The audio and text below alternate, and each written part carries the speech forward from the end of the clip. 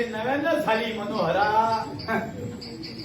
पद्धत म्हणजे नमस्कार करण्याची. शिरसाष्टांग नमस्कार आता माझ्या म्हणजे आश्रमाचे नियम तुलाही लागू पडतात म्हणायो. तुमच्या आता सानिध्यात रवा हा नारायणा नारायणाची तुम्ही भक्ती करतात. हो आणि नारायणाचा संदेश मिळाला आणि संदेश ऐकून आला. संदेश आहे